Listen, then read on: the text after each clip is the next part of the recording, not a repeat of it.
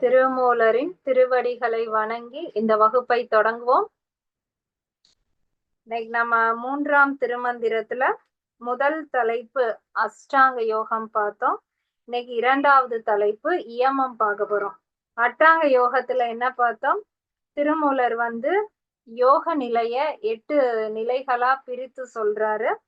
இயமம், நியமம், ஆதனம், பிராணாயாமம், பிரத்யாகாரம், தாரணை, தியானம், சமாதி. இந்த 8யுமே நம்ம தொடர்ந்து பயிற்சி பண்ணாதான் நம்ம அடுத்த நிலைக்கு போக முடியும்.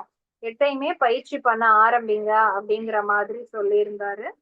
இதுல இப்ப இயமத்தை மட்டும் விளக்குற மாதிரி 2 பாடல்கள் தான் கொடுத்திருக்காரு. முதல் பாடல், நம்ம இயமத்தை கடைபிடிக்கல அப்படின்னா என்ன ஆகும், அத முதல் பாடல்ல சொல்லியிருக்காரு. 2வது பாடல்ல நீ கடைபிடிக்க வேண்டிய இயமம் என்னென்ன, இவ்வளவுதான் சொல்லியிருக்காரு. இப்ப முதல் பாடல் பார்க்கலாம். இயமம்னா என்னது? நம்ம விளக்க வேண்டியவை. நம்ம கிட்ட அந்த குணங்கள்லாம் இருக்கும் இயற்கையாவே, அது எல்லாம் வேண்டாம், அதெல்லாம் நீ விட்டுரு அப்படின்னு சொல்றாரு. அப்ப அந்த குணங்களை நம்ம விடல அப்படின்னா நமக்கு என்ன நடக்கும்? 553வது பாடல். எழுந்து நீர் பெய்யினும் 8 திசையும் செலுந்த நியமங்கள் செய்மின் நின்றன்றால் கொழுந்தனன் பவள குளிர்சடையோடே அழுந்திய நால்வருங் அருள் புரிந்தானே. எழுந்து நீர், எழுந்து அப்படின்னா நம்ம கீழ இருந்து ஒரு விஷயம் மேல வரும்போதுதான் நாம எழுந்திருக்கிறது, எழுந்து வா அப்படின்னு சொல்லுவோம். அப்ப இங்க எழுந்து நீர் அப்படின்னா கீழே இருந்து நீர் மேல போகுது. அப்பனா ஊற்று மாதிரியா இருக்கும். இப்போ ஒரு ஊற்று கீழ இருந்து அப்படியே மேல தண்ணீர் போகுது. பெய்யணும், பெய்யினா மேல இருந்து பெய்யணும். மழை பெய்யணும் அப்படின்னா மழை மேல இருந்து பெய்யுது மேல. அப்ப தண்ணி கீழ இருந்து போய் மேல இருந்து பெய்யுது. அப்ப கீழே இருக்கிற நீர் எல்லாம் நல்லா கொதிச்சு ஆவியாகி அது மேல போய் திரும்ப மழையா மேல இருந்து பெய்து வருது. அததான் எழுநீர் பெய்யினும் அப்படின்னு சொல்லியிருக்காரு. 8 திசையும் எப்படி பெய்யுதான்? 8 திசையில இருந்தும் தண்ணீர் அப்படியே ஊற்றெடுத்து மேல போகுது. 8 திசைக்கும் மேல இருந்து திரும்ப மழையாகவும் பெய்கிறது. செலுந்த நன் நியமங்கள். செலுந்த அப்படின்னா ஒரு விஷயம் செழுமையா இருக்கு அப்படின்னா அது செழிப்பா இருக்கு, செய்யறது, அந்த மாதிரி.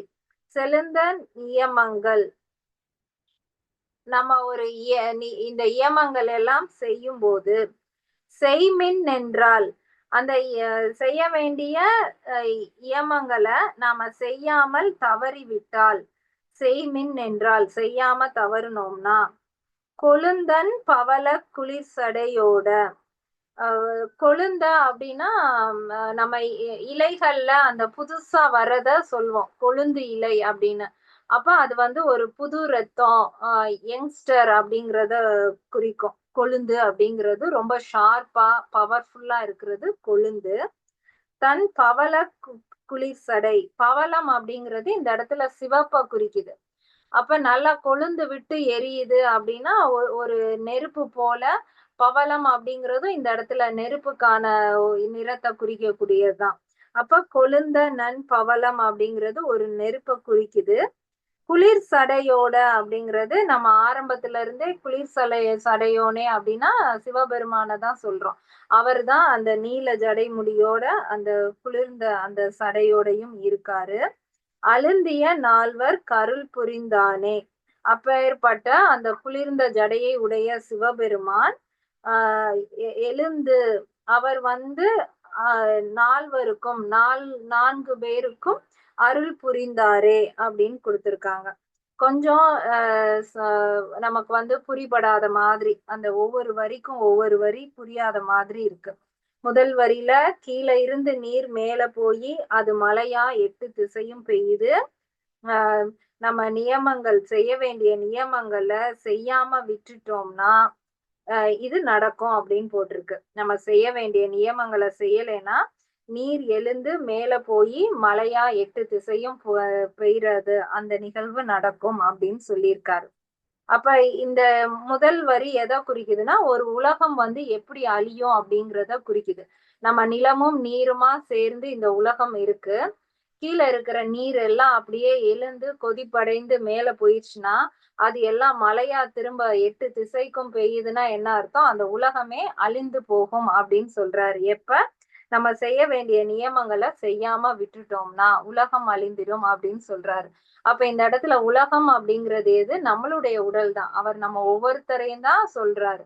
அப்ப இந்த உடலாகிய உலகம் வந்து எப்ப அழிந்து விடும்னா, இந்த கடல் எல்லாம் வந்து இந்த பூமிய சுழல்வது போல நம்ம சிக்கிட்டோம்னா, அந்த உலகம் அழிவது போல இந்த உடல் அழியும். அப்ப இந்த இடத்துல எழுந்து நீர் பெய்யணும் அப்படிங்கிறது எத சொல்றாருன்னா, நம்ம உடல்ல இருக்கக்கூடிய அந்த கடல் போன்ற நீர் அமைப்பு உடையது எதுன்னா, நம்மளுடைய 2வது சக்கரம் சுவாதிஸ்தானம். அதுதான் அந்த நீர குறிக்கக்கூடிய சக்கரம். அதுல எழக்கூடிய ஆசைகள் தான் அந்த எழுந்து நீர் அப்படின்னு சொல்றாரு. நமக்குள்ள பலவிதமான ஆசைகள், எண்ணங்கள், மோகம், காமம் இது எல்லாத்தையுமே நமக்கு குடுக்குறது அந்த 2வது சக்கரம். அததான் வந்து கடல் அப்படின்னு இங்க சொல்றாரு. அது வந்து எழுந்து நீர்னா நமக்குள்ள அந்த ஆசைகள் எல்லாம் அளவுக்கு அதிகமா நமக்கு போகும்போது, அதுவே தான் திரும்ப நம்ம உடல வந்து அழிக்கக்கூடிய ஒரு கருவியாவும் நம்மளுடைய ஆசைகள் தான் இருக்கும். அப்ப நம்ம அழிவுக்கு யாரு காரணம் அப்படின்னா, நமக்குள்ள வரக்கூடிய அந்த காமம், மோகம், அந்த ஆசை தான் காரணம். அதுவே தான் அதிகமாகி இந்த பூமிய எப்படி கடல் அழிக்குமோ, அதே மாதிரி இந்த உடல வந்து நமக்குள்ள இருக்கக்கூடிய அந்த ஆசைகள் தான் அழித்து விடுது. அப்படி செலுந்த நன்னியமங்கள் செய்மின் என்றால், நம்ம நியமங்கள கடைப்பிடிக்காம ஆசைகள், அந்த சந்தோஷத்தெல்லாம் அதுபடிக்கு நம்ம விட்டுட்டோம்னா, நமக்கு இந்த நிலைமை வரும். கொழுந்த நன்பவளம் அப்படிங்கிறது நெருப்ப குறிக்குது. அந்த ஒரு இளமையா ஒரு நெருப்பு நமக்குள்ள இருந்துச்சுன்னா, அந்த ஆசைய வந்து நம்ம அடக்குவோம். அந்த நெருப்பு தான் இந்த ஆசைய அடக்கும். அப்ப மூலாதாரத்துல இருக்கக்கூடிய அந்த குண்டலினி ஆற்றல் தான் இந்த இடத்துல சொல்லக்கூடிய அந்த கொழுந்த நன்பவளம். அந்த நெருப்பு தான் 2வது சக்கரத்துல வரக்கூடிய அந்த கடல் போன்ற ஆசைகள் இதெல்லாம் அடக்குவதற்கு அந்த நெருப்பு தான் வந்து துணை புரியும். குளிர் சடையோடே. அப்ப அந்த இறைவனுக்கு தான் அந்த தன்மையும் இருக்கு. நமக்குள்ள ஆசை வரும்போது, அந்த நெருப்ப கொண்டு எப்படி அத வந்து சரி செய்றது அப்படிங்கிற அந்த வழி வந்து இறைவன் கையில தான் இருக்கு. குளிர் சடையோடே அப்படிங்கிறது இறைவன சொல்றாரு. அவர் நெனச்சா முடியும். அழுந்திய நால்வர். இந்த இடத்துல நால்வர் அப்படிங்கிறது நமக்கு புக்ல வந்து சனகாதி முனிவர்கள சொல்லியிருக்காங்க. பிரம்மருடைய 4 குழந்தைகளான சனகர், சனத்குமாரர் அந்த 4வர வந்து சொல்லியிருக்காங்க. ம். சனகர், சனந்தனர், சனாதனர், சனற்குமாரர். இவங்க தான் வந்து இந்த இடத்துல 4வர்களா சொல்லியிருக்காங்க. இந்த மாதிரி நியமங்கள் செய்து ஆசைகள அடக்கி வந்தவங்க தான் பிரம்ம புத்திரர்கள். அவங்களுக்கு இவர் வந்து இப்படிதான் அருள் செய்தார் அப்படின்னு சொல்லியிருக்காங்க. இப்ப நம்ம எப்படி புரிஞ்சுக்கலாம்னா, நமக்கு முதல் சக்கரத்துல இருக்கக்கூடிய குண்டலினி ஆற்றல நம்ம எழுப்பி 2வது சக்கரத்துல வரக்கூடிய ஆசைகள், மோகங்கள் இதெல்லாம் நாம கட்டுப்படுத்தினோம்னா, அதற்கு மேல இருக்கக்கூடிய 4 சக்கரங்கள் மணிப்பூரகம், அநாகதம், விஷுதி, ஆக்னா அப்படின்னு சொல்லக்கூடிய அந்த 4வர்கள் அங்க இருக்கக்கூடிய 4வர்களுக்கும் அருள் புரிவார். இறைவன் வந்து நமக்கு அருள் குடுத்து அந்த 4வர்களையும் நம்ம அடையறதுக்கு அவர் வந்து உதவி செய்வார் அப்படிங்கிறது தான் இந்த பாடல்ல குடுத்திருக்காரு. அதாவது நம்ம செய்ய வேண்டிய இயமத்த நாம செய்யல அப்படின்னா, எப்படி இந்த கடல் வந்து உலகத்த அழித்திடுமோ, அதே மாதிரி நமக்குள்ள வரக்கூடிய ஆசைகளே இந்த உடல வந்து அழித்து விடும் அப்படின்னு சொல்லியிருக்காரு. அடுத்து 554வது பாடல். அப்ப நமக்கு அந்த 2வது சக்கரம் தரக்கூடிய ஆசைகள் அதெல்லாம் என்னென்ன? அத எப்படி நம்ம வந்து விடுறது? என்னென்னன்னு தெரிஞ்சுக்கலாம். அது 2வது பாடல் 554. கொல்லான் பொய்க்கூறான் களவு இலான் என்குணன் நல்லான் அடக்கம் உடையான் நடுச்செய்ய வல்லான் பகுத்து உண்பான் மாசு இலான் கல் காமம் இல்லான் இயமத்து இடை நின்றானே. ஒரு 10 விஷயங்கள் சொல்றாரு. இயமம்னு சொல்லி 10 விஷயங்களை சொல்றாரு. இதுல நம்ம வந்து அஹ் எல்லாமே நம்ம கிட்ட இருக்கு, அதை விட்டுடணும் அப்படிங்கிற மாதிரி சொல்லியிருக்காரு. சில இது வந்து இதெல்லாம் செய்யணும் அப்படிங்கிற மாதிரின்னு சொல்லியிருப்பாரு. பார்க்கலாம் ஒன்னொன்னா. முதல் வார்த்தை வந்து கொல்லான். அப்போ அவர் சொல்றதே வந்து எந்த உயிர்களையும் கொல்லக்கூடாது அப்படிங்கறத தான் சொல்லியிருக்காரு. அததான் நம்ம பதஞ்சலியும் இதே அட்டாங்க யோகத்தை தான் அஷ்டாங்க யோகம்னு சொல்லி அவர் இயமத்துல 5 விஷயங்களை கடைபிடிக்கணும் அப்படின்னு சொல்லியிருப்பாரு.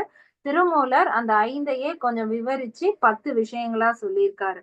கொல்லான் அப்படிங்கறத தான் அஹிம்சை அப்படின்னு சொல்லுவாங்க. எந்த உயிரையுமே வந்து துன்புறுத்தக்கூடாது. அதுதான் வந்து முதல் நிலையாவே இயமத்துல சொல்லியிருக்காரு. அப்ப நிறைய பேரு யோகா கிளாஸ்க்கு வந்த உடனே ஃபர்ஸ்ட் என்ன கேட்பாங்கன்னா, யோகாக்கு வரணும்னா நான்வெஜ்ஜை விட்டுறணுமா அப்படின்னு கேட்பாங்க. நம்ம நான்வெஜ்ஜை விடுறதெல்லாம் வந்து அடுத்த கட்டம். வந்து நம்மள நாமே இம்சிக்காம இருக்கணும். நம்மள நாமே நிறைய கண்ட்ரோல் பண்ணிட்டு நம்மள நாமே கஷ்டப்படுத்தக் கூடாது. அதுக்கப்புறம் அடுத்தவங்கள கஷ்டப்படுத்தக் கூடாது. அதுக்கப்புறம் அப்படியே கொஞ்சம் கொஞ்சமா நம்ம மனம் பக்குவப்பட்டு அப்பதான் நம்ம வந்து அசைவத்தை விடும்போது நமக்கு வந்து அந்த பக்குவ நிலை வரும். எடுத்த உடனே நம்ம கஷ்டப்பட்டுட்டு நமக்கு பிடிச்சதெல்லாம் விட்டுட்டு வரணும்னு நினைச்சா முடியாது. கொஞ்சம் கொஞ்சமா நம்ம வந்து அதுக்கு வந்து தயாராகும். இப்ப அந்த கொல்லான் அப்படிங்கிறத நம்ம எப்படி புரிஞ்சுக்கலாம்? அடுத்தவங்க நான்வெஜ் சாப்பிடுறது மட்டும்தான் கொல்லான் கிடையாது. அடுத்தவங்கள நம்ம கஷ்டப்படுத்தாம இருக்கணும். அதுதான் வந்து கொல்லான். அப்ப அடுத்தவங்கள நம்ம வந்து திரும்ப அடிக்கிறது, இல்ல அவங்கள திட்டுறது, அத கூட அவர் வந்து கொல்லான் அப்படின்னு தான் சொல்றாரு. அது கூட செய்யக்கூடாது. இப்ப இந்த 10 குணங்களுக்குமே நம்ம ஒரு சின்ன சின்ன நிகழ்வுகள், கதைகள் அது சொன்னோம்னா நமக்கு கொஞ்சம் புரிய ஈஸியா இருக்கும். இப்ப கொல்லான் அப்படிங்கிறத நாம எப்படி கடைபிடிக்கலாம் அப்படிங்கிறதுக்கு ரமண மகரிஷியோட லைஃப்ல நடந்த ஒரு சின்ன சம்பவத்தை வந்து நம்ம பார்க்கலாம். ரமணர் வந்து அந்த ஒரு மகானாய் வந்த பிறகு, குழந்தையா இருந்து அவர் நல்ல ஒரு மகானா வந்த பிறகு அவர் எப்பவுமே அந்த திருவண்ணாமலை கோயிலுக்கு பக்கத்துல ஒரு குகையில கீழே அடியில போய் அங்க உட்கார்ந்துதான் வந்து அவர் தவம் பண்ணுவாரு. அந்த இடம் எப்பவுமே ரொம்ப இருட்டாதான் இருக்கும்.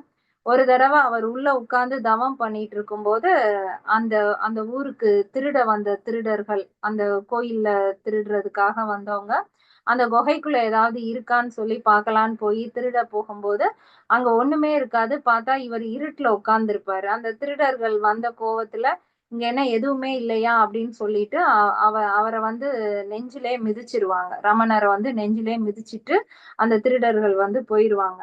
மறுநாள் அந்த ஊர் மக்கள்லாம் வந்து தெரிஞ்சுக்கிட்டு பார்த்து கேட்பாங்க. அவங்களால தாங்கிக்கவே முடியாது. எவ்வளவு பெரிய மகான் அவரு. அவரை போய் இப்படி மிதிச்சிருக்காங்களே, அவங்களுக்கு எவ்வளவு ஒரு இது இருக்கும்ட்டு ரமணர்ட்ட போய் கேட்பாங்க. உன்னை மிதிச்சவங்க யாருன்னு சொல்லுங்க. அவங்கள போய் நாங்க கேட்கணும். அவங்கள திரும்ப அடிக்கணும். நீங்க சொல்லுங்க அப்படின்னு சொல்லும்போது, ரமணர் வந்து என்ன சொல்வார்ன்னா, யார் என்ன மிதிச்சான்னு எனக்கு தெரியும். போன பிறவில நான் யார மிதிச்சனோ, அவன் தான் இப்ப வந்து என்ன மிதிச்சிருக்கான். அதனால சரியா போயிருச்சு. அவன வந்து ஒண்ணும் செய்ய வேண்டாம். நான் செஞ்சதுதான் இப்ப எனக்கு கிடைக்குது அப்படின்னு சொல்லுவாரு. இதுதான் அந்த இந்த புரிதல் நமக்கு வந்தாலே நம்ம யாரையுமே வந்து நாம வந்து துன்புறுத்த மாட்டோம். ஏன்னா நம்ம எப்ப மற்றவங்கள துன்புறுத்துவோம்னா நமக்கு அது பிடிக்கல, நமக்கு அது கஷ்டமா இருக்குங்கும் போதுதான் நம்ம அதை வந்து வெளிப்படுத்துவோம். அப்ப நமக்கு வர கஷ்டம் எல்லாமே நம்மளாலதான் வந்துச்சு, நம்ம செய்ததுதான் நமக்கு திரும்ப வந்துச்சு அப்படின்னு நம்ம புரிஞ்சுக்கிட்டோம்னா நம்ம அடுத்தவங்கள வந்து இம்சிக்க மாட்டோம். அப்ப கொல்லாமை அப்படிங்கிறதுக்கு அடிப்படையா என்ன தெரிஞ்சுக்கணும்னா, நமக்கு வர துன்பத்துக்கு காரணம் நாம தான் அப்படின்னு புரிஞ்சுக்கிட்டோம்னா, இந்த கொல்லாமைய நம்ம ஈஸியா வந்து கடைபிடிக்கலாம். 2வது வந்து பொய்க்கூறான். பொய்க்கூறான் நமக்கு தெரியும். பொய் சொல்லக்கூடாது அப்படிங்கறத தான் சொல்றாங்க. நம்ம அது ரொம்ப ஈஸியா நினைப்போம். பொய் தானே சொல்லக்கூடாது. நம்ம என்ன அப்படியா பொய் சொல்றோம்னு. ஆனா அதற்கான விளக்கம் என்ன அப்படின்னா, பதஞ்சலி சொல்லும்போது சத்தியம் அப்படின்னு சொல்லியிருப்பாரு. சத்தியம் தான் பொய் கூறாமைன்னு திருமூலர் சொல்லியிருக்காரு. நம்ம சொல்ற சொல் செயல் மனம், இது 3மே ஒரே மாதிரி இருக்கணும். நம்ம மனதுல என்ன தோணுதோ அதத்தான் நாம சொல்லணும். நம்ம என்ன சொல்றோமோ அததான் நாம செயல்படுத்தணும். இந்த 3மே ஒண்ணா இருந்தா தான் அது பொய் கூறான் அப்படின்னு அர்த்தம். இப்ப நான் மனசுல ஒருத்தவங்கள வந்து தப்பா நெனச்சுட்டு, ஆனா வெளியில நான் நல்லா பேசுறேன் அப்படின்னா, நான் யாரையுமே கஷ்டப்படுத்தலையே, நான் நல்லா தானே இருக்கேன் அப்படின்னா, அது தவறு அப்படின்னு சொல்றாரு. நீ பொய் சொல்ற. உன் மனசுல என்ன இருந்துச்சோ அததான் நீ சொல்லா வெளிப்படுத்தணும். நீ என்ன சொல்றியோ அததான் செயலா வெளிப்படுத்தணும்.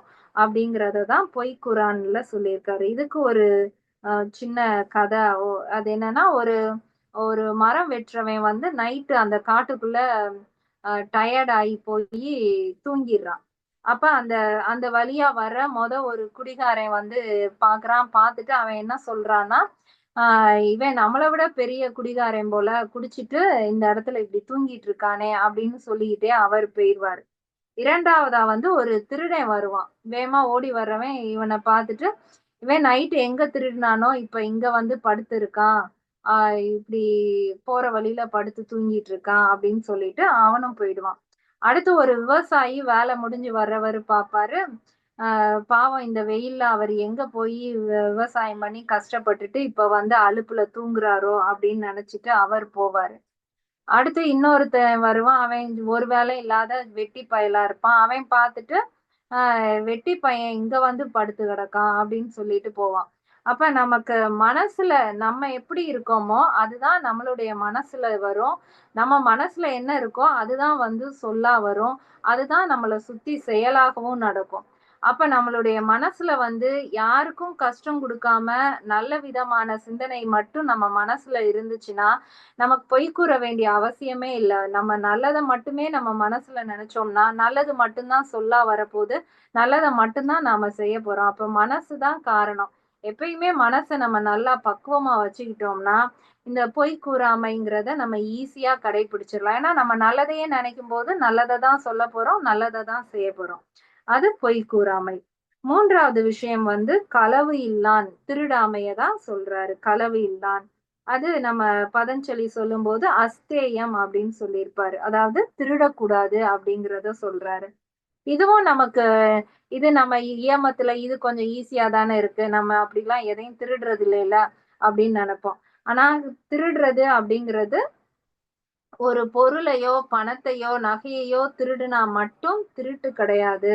எதையுமே திருடக்கூடாது. அதுதான் வந்து களவு இல்லான். எதையுமேனா, அடுத்தவங்களுடைய நிம்மதி, சந்தோஷம், அவங்களுடைய நேரம், அ அத திருடுனாலும் அது வந்து திருட்டு தான். அதுக்கு ஒரு உதாரணம் வந்து, இப்ப நம்ம கோயிலுக்கு போயிருக்கோம். அங்க வந்து நம்ம செருப்ப கழட்டி போட்டுட்டு சாமி கும்பிட்டுட்டு வர்றோம்னா, நானும் செருப்ப கழட்டி போட்டிருக்கேன். என் கூட வந்த ஒரு மிகப்பெரிய ஒரு ஞானி, அவரும் செருப்ப கழட்டி போட்டிருக்காரு. 2 பேரும் கோயிலுக்கு உள்ள போயிட்டு வந்து பார்க்குறோம். 2 பேருடைய செருப்புமே காணோம். யாரோ வந்து திருடிட்டு போயிட்டாங்க. இப்ப அந்த ஞானி வந்து என்ன நெனப்பாருன்னா, பாவம் யாரோ வழி இல்லாதவங்க என் செருப்ப எடுத்திருக்காங்க. எடுத்தவங்க நல்லா இருக்கட்டும், அத நல்லா பயன்படுத்திக்கட்டும் அப்படின்னு சொல்லிட்டு, அவர் அடுத்த வேலைய பார்க்க அவரு போயிருவாரு.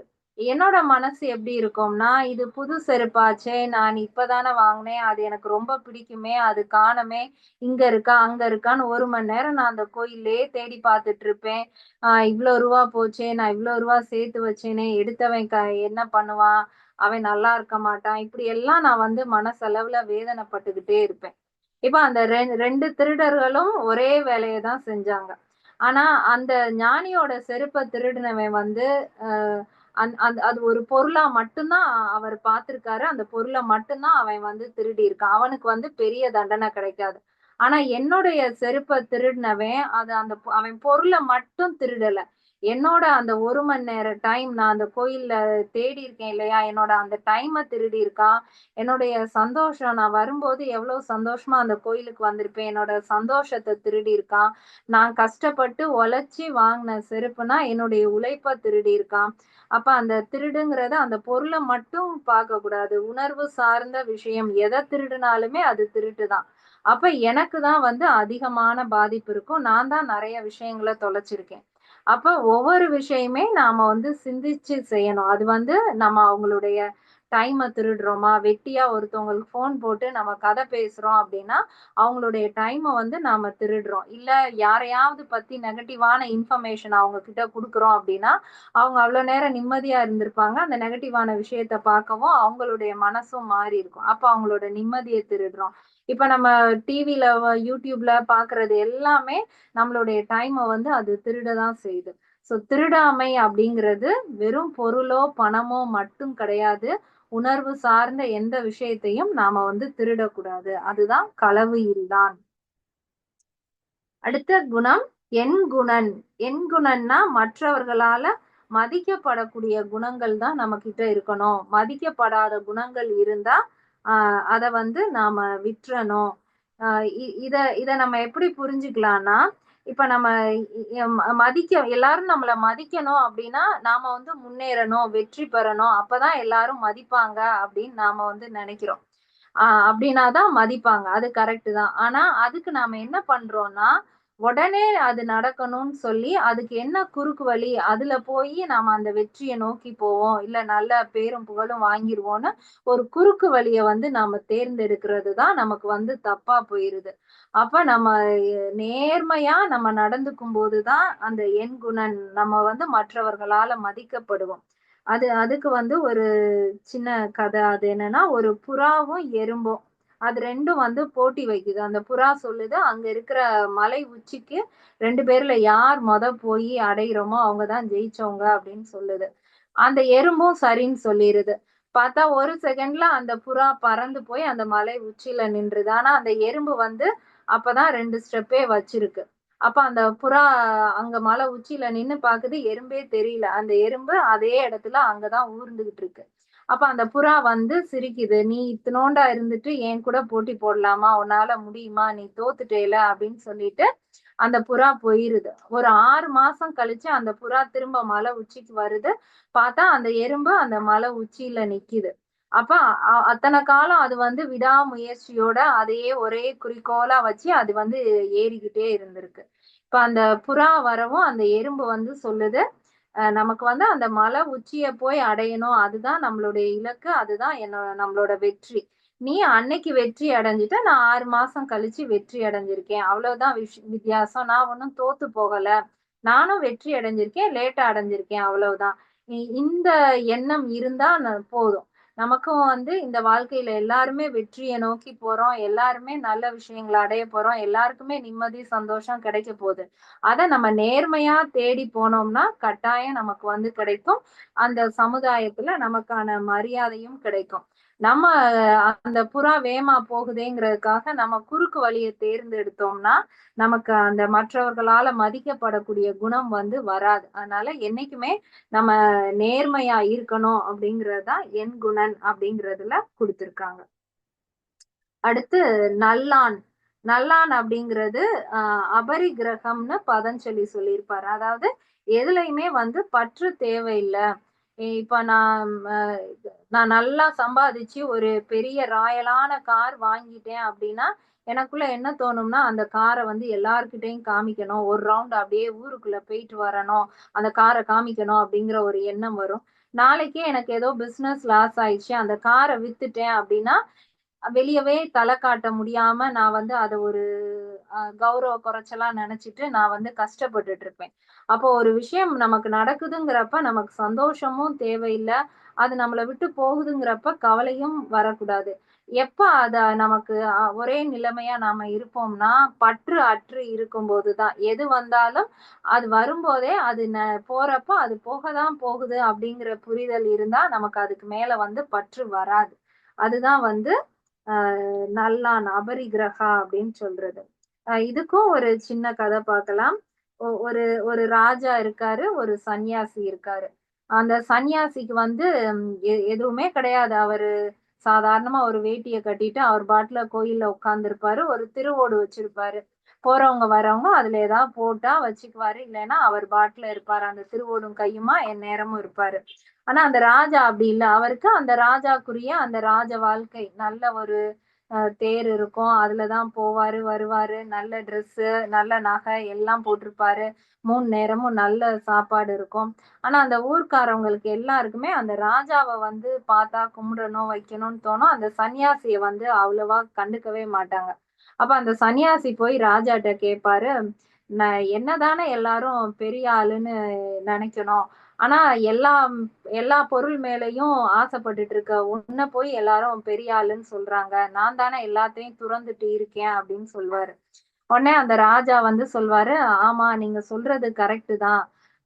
எனக்கு வந்து இந்த ஆசைகள்லாம் இன்னும் இருக்கு போல.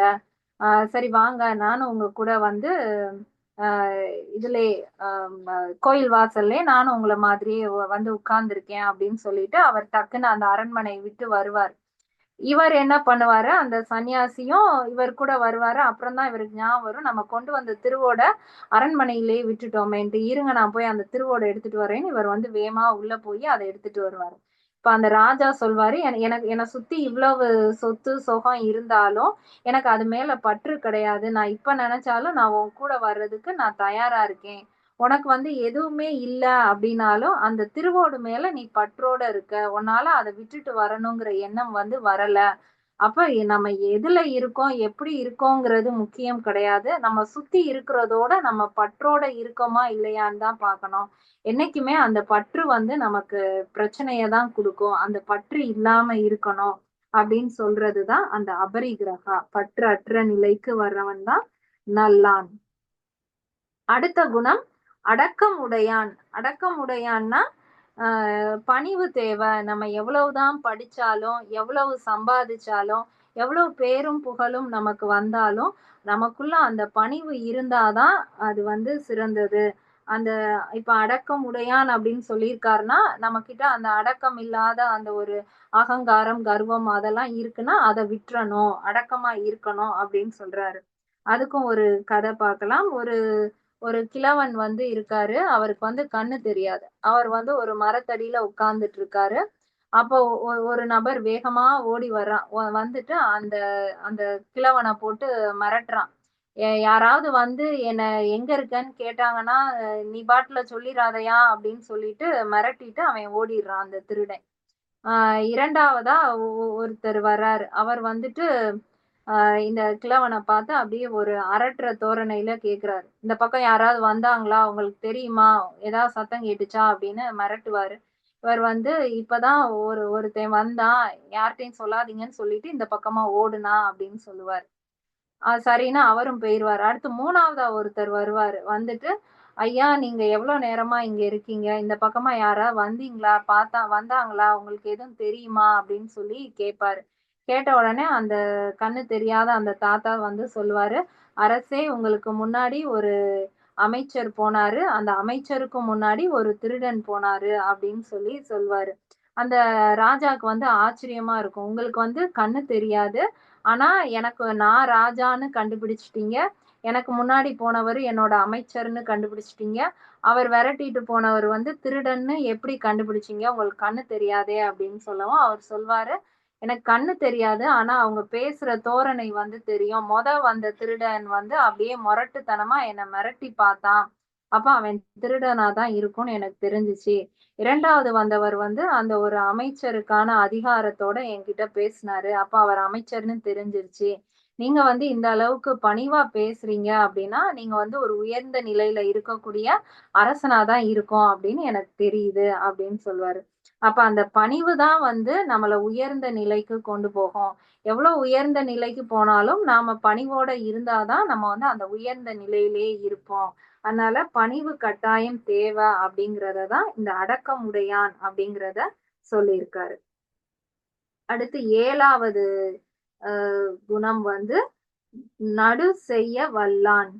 நடு செய்ய வல்லான்னா, ஒரு நீதிபதி மாதிரி. அவங்க வந்து நடுநிலைமையோட இருக்கணும். பாரபட்சம் பார்க்கக்கூடாது. நம்ம அந்த ஏற்ற இறக்கம் பார்த்தோம்னா, உனக்கு வந்து அ ஒத்து வராது. நீ நியமத்த கடைப்பிடிக்கல. எப்பயுமே நடுவு நிலைமையோட இருக்கிறது, நீதி தவறாதவனாக இருக்கிறது. இதுதான் வந்து நடு செய்ய வல்லான் அப்படின்னு சொல்லியிருக்காரு. இது நம்ம நடுவு நிலைமையிலயுமே நம்ம வந்து பார்த்தோம். அ நம்ம பொதுவாவே நம்ம என்ன பண்ணுவோம்னா, நீதிபதிக்கு முன்னாடி எல்லாருமே ஈக்குவல், எல்லாருமே ஒண்ணுதான். யார் தப்பு செஞ்சாலும் ஒரே மாதிரியான தண்டனை குடுக்கணும். அப்படின்னு நம்ம வந்து நெனைப்போம். அதுதான் வந்து நீதி தவறாமை அப்படின்னு நெனைப்போம். ஆனா சைவத்த பொறுத்தவரை அது அப்படி கிடையாது. யாரு எந்த பக்குவத்துல இருக்காங்களோ, அந்த பக்குவத்துக்கு அவங்க என்ன தவறு செய்தாங்களோ, அதுக்கு ஏத்த மாதிரி தண்டனை குடுக்கிறவன் தான் நீதிமான் அப்படிங்கிறது. இப்ப நமக்கு வந்து இறைவன பற்றின நல்ல புரிதல் வந்துருச்சு. திருமந்திரம் படிக்கிறோம். இத்தன கிளாஸ் போயிருக்கோம். இறைவன் எப்படி இருப்பாரு? என்ன பயிற்சி பண்ணணும்? இதெல்லாம் தெரிஞ்சுகிட்டு, நாம வந்து இறைவன நிந்திக்கிறோம் அப்படின்னா, நமக்கு ஒரு விதமான தண்டனை கிடைக்கும். ய இறைவன பத்தி என்னன்னே தெரியாதவங்க, புரியாதவங்க, அவங்களுக்கு கடவுளே இல்லன்னு தான் அவங்க ஆரம்ப காலத்துல இருந்தே பார்த்துட்டு வர்றாங்க அப்படின்னா, அவங்க இறைவன நிந்திக்கும்போது அவங்களுக்கு வந்து தண்டனை குறைவா தான் இருக்கும். ஏன்னா, அவங்களுடைய பக்குவம் அவ்வளோதான். அவங்களுடைய பிறவிகள் அவ்வளோதான். அவங்களுக்கு அ அந்த இதுதான். அப்ப இ இ இந்த இந்த பக்குவத்த புரிஞ்சு, மற்றவங்கள நம்ம எப்படி பார்க்குறோம், அவங்க எந்த விதத்துல அவங்க தப்பு செய்றாங்க, அவங்கள எப்படி நாம பார்க்கணும் அப்படிங்கிற அந்த புரிதல் இருக்கிறவங்க தான் நடு செய்ய வல்லான். அவன் தான் வந்து நீதிமான். அதுக்கும் ஒரு கதை பார்க்கலாம். ஒரு ஒரு சீடன் வந்து போய்க்கிட்டு இருக்காரு. அப்போ வந்து அந்த ஊர்ல இருக்கிற ஒரு இளைஞன் வந்து, அந்த ஊர்ல இருக்கிற ஒரு 2 பொண்ணுங்கள வந்து கேலி பேசி பார்த்துக்கிட்டு இருக்காரு. இந்த இந்த சீடனுக்கு வந்து ப அவன் ஏன் இப்படி இருக்கான்? அவன ஏதாவது சொல்லணும் அப்படின்னு தோணுது. ஆனா, அவர் ஒண்ணுமே சொல்லாம அப்படியே நேரா குருகுலத்துக்கு போயிருவாரு. போயி அந்த குரு கிட்ட வந்து சொல்வாரு. இந்த மாரி நான் வரும்போது ஒரு இளைஞன் வந்து இந்த மாதிரி தப்பு பண்ணிட்டு இருந்தான். நான் ஆனா அவன ஒண்ணுமே சொல்லல, வந்துட்டேன் அப்படின்னு சொல்லவும், அந்த குரு வந்து திட்டுவாரு. அ "ஏன் நீ அப்படி வந்த? அந்த இடத்துல நீ அந்த இளைஞன கூப்ட்டு நீ கண்டிச்சிருக்கணும். இப்படி செய்யக்கூடாது, தப்புன்னு நீ சொல்லியிருக்கணும். ஏன் சொல்லல?" அப்படின்னு சொல்லி கண்டிப்பாரு. அவரும் சரி நான் இனிமே சொல்றேன் அப்படிங்கிற மாதிரி விட்டுருவாரு. மறுநாள் வேற ஒரு சீடன் வந்து அதே பாதையில வரும்போது, அதே இளைஞன பாப்பாரு. அந்த இளைஞன் அதே மாதிரி அன்னைக்கும் அந்த பெண்கள வந்து கேலி பண்ணி பேசிட்டு இருப்பாரு. இந்த சீடனுக்கு வந்து குரு சொன்னது ஞாபகம் வரும். உடனே அந்த அந்த இளைஞன கூப்ட்டு அவர அ திட்டி, "இனிமே இந்த மாதிரி நீ இருக்கக்கூடாது. ஒழுங்கா போ" அப்படிங்கிற மாதிரி வார்ன் பண்ணி விட்டுருவாரு. அந்த சீடனும் குருகுலத்துக்கு வந்துருவாரு. வந்து குரு கிட்ட போய் சொல்வாரு. "இன்னைக்கு நான் வரும்போது அதே இளைஞன் இருந்தான்.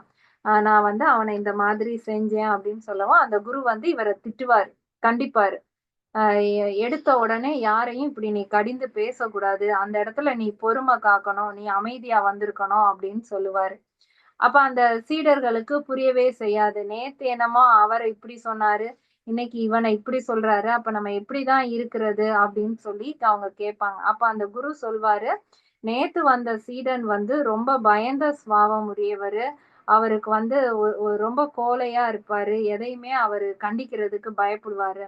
அப்ப அந்த தன்மையில இருக்கிறவருக்கு வந்து கொஞ்சமாவது அடுத்தவங்கள எப்படி வந்து நம்ம பேசணும், எப்படி அவங்கள புரிஞ்சுக்கணும் அப்படிங்கிற அந்த அந்த ஒரு தைரியம் வந்து வரணும். அதனால நான் அவனுக்கு வந்து அந்த மாதிரி சொன்னேன். இன்னைக்கு வந்த சீடன் வந்து இருக்கிறதுலே ரொம்ப கோவக்காரன். எடுத்ததுக்கெல்லாம் எல்லாரையும் இப்படி வந்து கடிந்து பேசுவான். அப்படி இருக்கக்கூடாது. அப்ப அவனுக்கு வந்து பொறுமை தேவை. அதனால நான் அவனுக்கு இப்படி சொன்னேன் அப்படின்பாரு. அப்போ ஒரு சிறந்த குருனா தன்னுடைய மாணவன் வந்து யார் யாரு என்னென்ன பக்குவத்துல இருக்காங்க அப்படின்னு புரிஞ்சு அவங்களுக்கு ஏத்த மாதிரி பாடம் கற்பிக்கிறது தான் ஒரு சிறந்த குருவுக்கான அடையாளம். அப்ப இந்த இடத்துல அவரு தான் வந்து நீதி தவறாம இருக்காரு. யார எப்படி புரிந்து எப்படி நடத்தணும்னு. அதே மாதிரி தான் நாமளும் இருக்கணும். எல்லா இடத்துலயும் ஒரே மாதிரி நம்ம வந்து நீதி தவறாமை அப்படிங்கிறத ஃபாலோ பண்ணவும் முடியாது. அந்த இடத்துல இருக்கிறவங்களுடைய சூழ்நிலை என்ன? அவங்க வளர்ந்து வந்த விதம் என்ன? அப்ப அவங்களுக்கு என்ன மாதிரி நம்ம பேசணும் அப்படின்னு புரிஞ்சுக்கிறது தான் அந்த நடு செய்ய வல்லான். அப்படி இருக்கணும் அப்படின்னு சொல்றாரு. அடுத்து பகுத்து உண்பான். பகுத்து உண்பான்னா பகிர்ந்து கொடுப்பது. இதுவும் கிட்டத்தட்ட அ எ எல்லா குணங்களும் ஒரே மாதிரி தான் வருது. நமக்குன்னு இருக்க கொஞ்சம் இருந்தாலும் சரி, அத வந்து நாம வந்து பகிர்ந்து குடுக்கணும். இப்போ ஒருத்தர் வந்து ரூ. 1,00,000 சம்பாதிச்சுட்டு, 100 டொனேஷன் குடுக்குறாரு. இன்னொருத்தர் வந்து ரூ. 1000 சம்பாதிச்சுட்டு ரூ. 100 டொனேஷன் குடுக்குறாரு. 2 பேருமே ரூ. 100 தான் டொனேஷன் குடுத்திருக்காங்க. அப்ப 2 பேருமே ஒண்ணான்னா, ஒண்ணு கிடையாது. அவர் வாங்குற ரூ. 1000 சம்பளத்திலயும் அவர் ரூ. 100 குடுத்துடுறாரு. இவர் ரூ. 1,00,000 வாங்குனாலும் ரூ. 100 தான் குடுக்குறாரு. அப்ப நம்மளுடைய வருமானம் என்ன? அதுக்கு ஏத்த மாதிரி நாம வந்து பகிர்ந்து குடுக்குறது தான் அந்த சிறந்த குணம். அதுதான் பகிர்ந்து உண்பான். ஆ இதையும் நம்ம எப்படி புரிஞ்சுக்கலாம் அப்படின்னா, அ ஒரு ஒரு குடிசை அ இந்த ஜீசஸ் நம்ம இப்ப நியூ இயர்க்கு முன்னாடி அந்த ஊர்ல அந்த கிறிஸ்டியன்ஸ் இருக்கக்கூடிய அந்த ஊர்ல, அவங்க எப்பவுமே என்ன பண்ணுவாங்கன்னா, அந்த நியூ இயர்க்கு முன்னாடி நல்லா கிராண்டா செலிப்ரேட் பண்ணுவாங்க. பெரிய கேக்க வாங்கி வச்சுட்டு, நைட்டு 12 மணிக்கு தான் கரெக்ட்டா வெட்டுவாங்க. அப்ப அந்த ஒரு பணக்காரவங்க இருக்கிற அந்த வீட்ல வந்து நல்லா பெரிய கேக்க வாங்கி வச்சுட்டு, வீட்ல எல்லா கதவையும் பூட்டிட்டு, அந்த ஃபேமிலில இருக்கிறவங்க எல்லாரும், அ "ஜீசஸ் நீங்க எங்க கூட வந்து இந்த கேக்க பகிர்ந்து உண்ணணும். நாங்க உங்கள அழைக்கிறோம்" அப்படின்னு சொல்லிட்டு, பிரேயர் பண்ணிட்டு 12 மணிக்கு அவங்க வந்து சாப்பிடுறதுக்கு ரெடி ஆவாங்க. அ ஜீசஸ் வந்து பாப்பாரு. வருஷம் வருஷம் இந்த பசங்க எல்லாரும் நம்மள கூப்பிடுறாங்க. கூப்ட்டு கேக் சாப்பிட வாங்கன்னு கூப்பிடுறாங்க. இந்த வருஷமாவது நம்ம போயி சாப்பிட்டு பார்க்கலாமே அப்படின்னு சொல்லிட்டு, அந்த பணக்காரவங்க வாழக்கூடிய வீட்டுக்கு போனா, எல்லார் வீடையும் அவங்க பூட்டிட்டு உள்ள வந்து அந்த நியூ இயர் கொண்டாடிட்டு இருப்பாங்க. ஜீசஸும் போய் ஒவ்வொருத்தர் வீடையா தட்டி தட்டி பார்ப்பாரு. எல்லாரும் அந்த செலிப்ரேட் பண்றதுல இருந்துட்டு, வீட்டுக்குள்ள வச்சு அவங்களா சாப்பிட்டுட்டே இருப்பாங்க. ஜீசஸும் பொறுமை இழந்து கடைசியா ஒரு சின்ன குடிசை இருக்கும். சரி இந்த வீட்ல போயி கதவ தட்டி பார்ப்போமேன்னு போய் தட்டுனா, அந்த வீட்ல கதவே இருக்காது. அது வந்து சின்ன குடிசை, கதவு போடுறதுக்கு கூட அவங்களுக்கு வசதி இருக்காது. இவர் போய் தட்டுன வேகத்துல அவர் வந்து விழுந்துருவாரு. பார்த்தா அந்த குடிசைக்குள்ள அந்த ஒரு ரொம்ப வறுமையான ஒரு குடும்பம் தான் இருக்கும். அவங்க சின்ன கேக் தான் வச்சிருப்பாங்க. அவங்க வீட்ல இருக்கிற உறுப்பினர்களுக்கே அது வந்து பத்தாது. அவ்வளோ சின்ன கேக்கா இருக்கும். ஆ அப்ப அவங்க தான் என்ன பண்ணுவாங்கன்னா, ஐயோ! இவரு யாரோ எவரோ வந்து விழுந்துட்டாரேன்னு சொல்லிட்டு, அவர எழுந்திருச்சு உட்கார வச்சு, எங்க வீட்டுக்கு இந்த புது வருஷத்துக்கு வந்த முதல் விருந்தாளி நீங்க தான். நீங்க இந்தாங்க கேக்க சாப்பிடுங்கன்னு சொல்லி அவங்க எடுத்து ஊட்டிருவாங்க. அவர் சொல்ல வருவாரு, உங்களுக்கு இல்லைல, நீங்க சாப்பிடுங்கன்னு சொல்ல வரதுக்குள்ள, எல்லாருமா சேர்ந்து அவருக்கு கேக்க ஊட்டி வந்து கொண்டாடுவாங்க. அப்ப அவர் வந்து சொல்லுவாரு, ஜீசஸ் வந்து சொல்வாரு, "நான் தான் வந்து ஜீசஸ் நீங்க கூப்பிட்டனால தான் வந்தேன்" அப்படின்னு சொல்லவும், அவங்க வந்து, "எங்களுக்கும் தெரியும் நீங்க தான் ஜீசஸ்ன்னு. ஏன்னா, இந்த ஏழை வீட்டுக்கு கடவுள விட்டா வேற யார் வரப்போறா? இங்க தான் ஒண்ணுமே இல்லையே! யார் வந்தாலும் எங்களால எதுவுமே செய்ய முடியாது, குடுக்க முடியாது. யாருமே வரப்போறதில்ல" அப்படின்பாங்க. அப்ப யாருக்கு வந்து அந்த பகிர்ந்து குடுக்கணும், இருக்கிறத எல்லாருக்கும் குடுக்கணுங்கிற குணம் இருக்கோ, அந்த இடத்துல தான் வந்து இறைவன் இருப்பாரு. ஆ அந்த சம்பாதிக்கிறது எல்லாமே எனக்கு, என் குடும்பத்துக்குன்னு நினைக்கிற இடத்துல வந்து இறைவனால போக முடியாது. அந்த இடத்துல இருக்க முடியாது. அத உணர்த்துறது தான் இந்த கதை. அப்ப நம்ம சம்பாதிக்கிறது எவ்வளவு என்ன அப்படிங்கிறது முக்கியம் இல்ல. நம்ம கிடைக்கிறத நம்ம எல்லார் கூடயும் பகிர்ந்துக்கணும் அப்படிங்கிற எண்ணம் இருந்தாலே போதும். அந்த இடத்துல வந்து இறைவன் வருவாரு. இதுதான் அந்த கதை. பகுத்து உண்பான். 9வது அவர் சொல்றது வந்து, மாசு இல்லான். மாசு இல்லான் அப்படின்னா, குற்றம் இல்லாதவன். ஆ இதுதான் வந்து ம் பதஞ்சலி பிரம்மச்சரியம் அப்படின்னு சொல்லியிருப்பாரு. பிரம்மச்சரியம் அப்படின்னாலே நம்ம வந்து அ கல்யாணம் பண்ணாம இருக்கிறவங்க தான் பிரம்மச்சாரி அப்படின்னே நாம வந்து புரிஞ்சுக்கிட்டோம். ஆனா பிரம்மம், சரியம் அத வந்து நம்ம பிரம்மம் பிளஸ் சரியம் அப்படின்னு புரிஞ்சுக்கலாம். பிரம்மம்னா என்னன்னா, இல்லாத ஒண்ண நாம கற்பனை பண்ணிக்கிறது தான் வந்து பிரம்மம். சரியம்னா, அத சரி செய்றது தான் பிரம்மச்சரியம். அப்ப இந்த இடத்துல பிரம்மச்சரியம் அப்படின்னு சொல்றது, உனக்குள்ள தேவையற்ற கற்பனைகள், ஆசைகள் அதெல்லாம் இருக்கு இல்லையா? அதையெல்லாம் நீ சரி பண்ணு. அதுதான் இயமம் அப்படின்னு சொல்றாரு. அப்ப எம் எ இ அதுல வந்து அந்த காமம், மோகம் அது வந்து ஒரு சின்ன பார்ட்டு தான். அத தாண்டி நெறைய விஷயங்கள் இருக்கு. இப்ப நம்ம ஸ்கூல் படிக்கும்போது, நமக்கு என்ன மாதிரியான ஆசைகள் இருக்கும்னா, நம்ம வந்து பெரிய அ பிளேயரா வரணும், பாடகியா வரணும். நான் அப்படின்ட்டு இந்த சில பசங்களுக்கு நம்ம சினிமால நடிக்க போகணும், பெரிய கிரிக்கெட் பிளேயர் ஆகணும், அப்படியெல்லாம் வந்து கனவு இருக்கும். அது எல்லாமே வந்து ஒரு பிரம்மம். எல்லாருக்குமே அது நடக்க போறதில்ல. அத நம்ம புரிஞ்சுகிட்டு, அத சரி பண்ணிறணும். ஒரு ஏஜ்ல அ அத அத புரிஞ்சு அதுலருந்து வெளில வரணும். இல்ல நமக்கு அது முடியுது அப்டின்னா, அதுல போயி நம்ம அத அத அடையணும். இரண்டுக்குமே இல்லாம கடைசி வர அந்த இதுலயே பிரம்மத்திலேயே இருக்கிறது வந்து தவறு. அத சரி பண்ணிட்டு வரணும். போதும் அவ்வளவுதான். இதெல்லாம் அந்த ஏஜ்ல நமக்கு வந்த ஒரு சின்ன சின்ன ஆ ஆசைகள் அவ்வளவுதான். அதுவே வந்து வாழ்க்கை ஆயிட முடியாது. அத நாம வந்து சரி பண்ணிக்கணும், திருத்திக்கணும் அப்படின்னு நெனச்சு மாத்துறவங்க தான் வந்து பிரம்மச்சரியம். அதுல ஒரு குணம் தான் வந்து ஒரு ஏஜ்ல எல்லாருக்குமே வந்து காமம் வரும், பெண்கள் மேல ஆசை வரும், ஆண்கள் மேல மோகம் வரும். இது எல்லாமே வந்து அந்த ஏஜ்ல வரக்கூடிய ஒரு சின்ன சின்ன பிரம்மம் தான். அத யாரு வந்து சரி பண்ணிக்கிறாங்களோ, நான் திருமணமாகியும் நம்ம அந்த பிரம்மச்சரியத்த கடைபிடிக்கலாம். மற்ற பெண்கள் மேல ஆசை இல்லாம இருக்கிறது, அதுவும் பிரம்மச்சரியம் தான். ஒருவனுக்கு ஒருத்தின்னு இருக்கிறதும் பிரம்மச்சரியம் தான். அந்த பிரம்மம் அப்படிங்கிற அந்த மாயைக்குள்ள நம்ம போகாம, நம்ம அத சரி பண்ணிக்கிட்டு இருக்கிறது தான் வந்து பிரம்மச்சரியம். இது மாசு இல்லான் அப்படின்னு சொல்லியிருக்காரு. அடுத்து 10வதா உள்ளது வந்து கல், காமம் இலான். கல் உண்ணக்கூடாது. போதைப் பொருட்க்கு நாம அதிக அடிமையாகக் கூடாது. காமம் இருக்கக்கூடாது. இப்ப இந்த பிரம்மச்சரியம் அதுதான் வந்து காமம் அப்டின்னா, இதுல தனியா காமம்னு குடுத்திருக்க வேண்டியதில்ல. ஏன்னா மாசு இல்லான்லே காமம் போயிரும் இல்லையா? அந்த காமம் மட்டும் பிரம்மச்சரியம் கிடையாது. எல்லா ஆசைகள்ல இருந்தும் நாம வந்து சரி செய்துக்கிறது தான் பிரம்மச்சரியம். 10வது விஷயம் கல், காமம் இல்லான். நம்ம வந்து இந்த போதைப் பொருட்க்கு அடிமையாகவும் கூடாது. காமத்துக்கும் அடிமையாகக் கூடாது. அ இதுக்கு வந்து ஒரு கதை பார்க்கலாம். ஒரு 2 ரவுடி பசங்க இருக்காங்க. அவங்க வந்து அந்த வழியா வர்ற ஒரு ஒரு ஒரு சாதாரண ஆளு. ரொம்ப தைரியம் இல்லாத ஒரு ஒரு சாதாரண நபர். அவர் வராரு. இவங்க வந்து சும்மா அந்த ரவுடித்தனம் பண்றதுக்காக அவன கூப்ட்டு வச்சுக்கிட்டு மிரட்டிக்கிட்டு இருக்காங்க. அப்ப வந்து அந்த வழியா ஒரு அம்மாவும், பொண்ணும் வந்து தனியா நடந்து போறாங்க. இந்த 2 ரவுடி பசங்களும் என்ன செய்றாங்க, ஒரு ஒரு கத்திய குடுத்து, "நீ போய் அந்த சின்ன பிள்ளைய கழுத்த அறுத்துரு" அப்படின்னு சொல்றாங்க.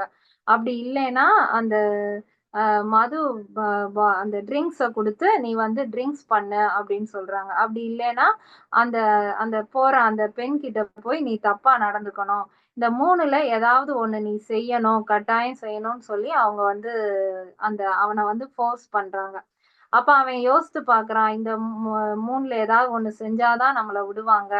அந்த குழந்தையோட கழுத்த அறுக்குறது வந்து கொலை குற்றம். அதெல்லாம் நாம செய்யக்கூடாது அப்படின்னு நெனைக்கிறான். அப்புறம் அந்த பெண்ண போயி நம்ம தப்பா நடந்துக்கலாமா? பெண் வந்து நமக்கு அம்மா மாதிரி. அதெல்லாம் தப்பு. அதெல்லாம் செய்யக்கூடாது. அப்புறம் சரி இந்த மது தானே, இது குடிச்சா ஒண்ணும் பிரச்சனை இல்லைல்ல. நமக்கு தானே கொஞ்ச நேரத்துக்கு போதை வரும். சரி பரவாயில்லன்ட்டு அந்த ரவுடிங்களுக்கு பயந்து, நான் வேணா இந்த மதுவ மட்டும் குடிச்சுக்கிறேன் அப்படின்னு சொல்வான். சரி அப்படின்ட்டு அவிங்களும் குடி குடின்னு சொல்லவும், அவன் அந்த மதுவ மட்டும் குடிப்பான். குடிச்ச கொஞ்ச நேரத்துல அவனுக்கு வந்து அப்படியே போதை அதிகமாகி, அந்த பெண்ணுகிட்ட போய் அவன அறியாமலே தப்பா நடந்துக்குவான். அப்ப அந்த இடத்துல வந்து அந்த குழந்தையவும் வேற வழி இல்லாம கத்திய வச்சு அ இது பண்ணிருவான். அப்ப அந்த மது ஒண்ணு தான் அவன் தப்பில்ல செய்வோன்னு நெனச்சான். ஆனா அது ஒண்ணு உள்ள வரவுமே அந்த காமம், கொலை எல்லாமே வந்து உள்ள வந்துருது. அப்ப மது தான் வந்து இருக்கிறதுலே கொடிய குணம்.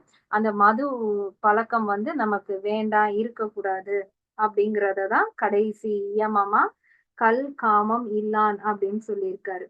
அதுக்கப்புறம் இயமம் வழி நிற்பவர்கள். இந்த 10 இயமத்தையும் நாம கடைபிடிக்க முயற்சி செய்யணும். அவங்க தான் ஆ சிறந்தவர்களா வருவாங்க. இந்த 10யும் நம்ம கொஞ்சம் கொஞ்சமா நம்ம முயற்சி பண்ணலாம் அப்படின்னு சொல்லியிருக்காரு. என்ன 10 விஷயங்கள்? கொல்லான். எந்த உயிரையும் துன்புறுத்தக்கூடாது. பொய் கூறான். எப்பயுமே மனசுல உள்ளத சொல்லா கொண்டு வரணும். சொல்ல செயல்படுத்தணும். 3வது களவு இல்லான். அது ஸ்தூல பொருள்னாலும் சரி, சூக்கும பொருளா இருந்தாலும் சரி, எதையுமே நாம வந்து திருடக்கூடாது. என்குணன். மற்றவர்கள் மதிக்கக்கூடிய குணத்த மட்டும் தான் வச்சிருக்கணும். நல்லான். எது மேலயும் பற்று இல்லாம இருக்கணும். அடக்கமுடையான். எப்பயுமே நமக்கு வந்து பணிவு அவசியம். நடு செயல் வல்லான். எந்த இடத்திலயும் நடுவு நிலைமையாக இருக்கணும். பகுத்து உண்பான். எது கிடைத்தாலும் அத மற்றவங்களோட பகிர்ந்துக்கணும். மாசு இல்லான். குற்றமில்லாத பிரம்மச்சரியத்த கடைபிடிக்கிறவனா இருக்கணும். கல், காமம் இல்லான். மது பழக்கத்துக்கும், காமத்துக்கும் அடிமையாகாம இருக்கணும். இந்த 10யும் இயமங்களா திருமூலர் வந்து சொல்லியிருக்காரு. இந்த 10யும் நம்ம கடைபிடிக்கல அப்படின்னா என்ன ஆகும்னு சொன்னாரு? நம்மளுடைய இரண்டாவது சக்கரம் தான் இந்த காமம், மோகம், இந்த ஆசை, பற்று எல்லாத்தையும் இரண்டாவது சக்கரம் தான் கொடுக்கும். நம்ம இது எல்லாத்தையும் கொஞ்சம் கொஞ்சமா விடல அப்படின்னா அந்த இரண்டாவது சக்கரம் கடல் மாதிரி கீழே இருந்து நீர் மேல போய் மேல இருந்து மழையா பொழிந்து 8 திசையிலையும் எப்படி இந்த உலகம் அழியுமோ அதே மாதிரி இந்த உடல் ஒரு நாள் அழிந்து விடும். உன்னால அடுத்த சக்கரமான மணிப்பூரகத்துக்கோ அதுக்கு அடுத்த நிலையான அநாகத்துக்கோ விஷுதிக்கோ ஆஜ்னாக்கோ அந்த நாள் வரை உன்னால போய் அடையவே முடியாது. உன்னுடைய இந்த இந்த பிறவி வந்து போய்விடும். அதனால இயமத்தை நீ கடைபிடித்தே ஆகணும் அப்படின்னு சொல்றார். இந்த 2 பாடல் தான் இயமத்துல இருக்கு. அடுத்த நியமம் நாம அடுத்த வகுப்புல பார்க்கலாம். இதுல எதுவும் உங்களுடைய கருத்துக்கள் இருந்தா சொல்லலாம்.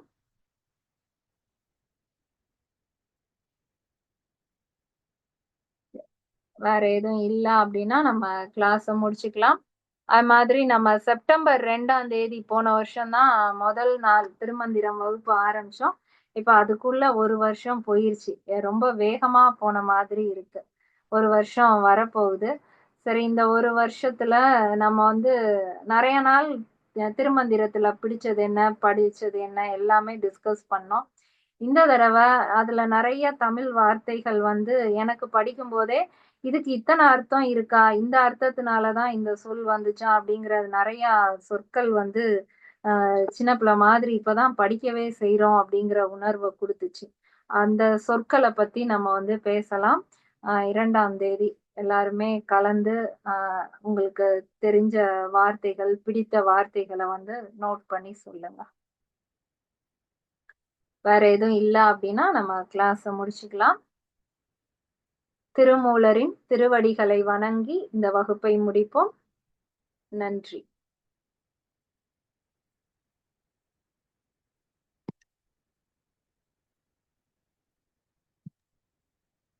Okay, madam. Thank you. Thank you, sir.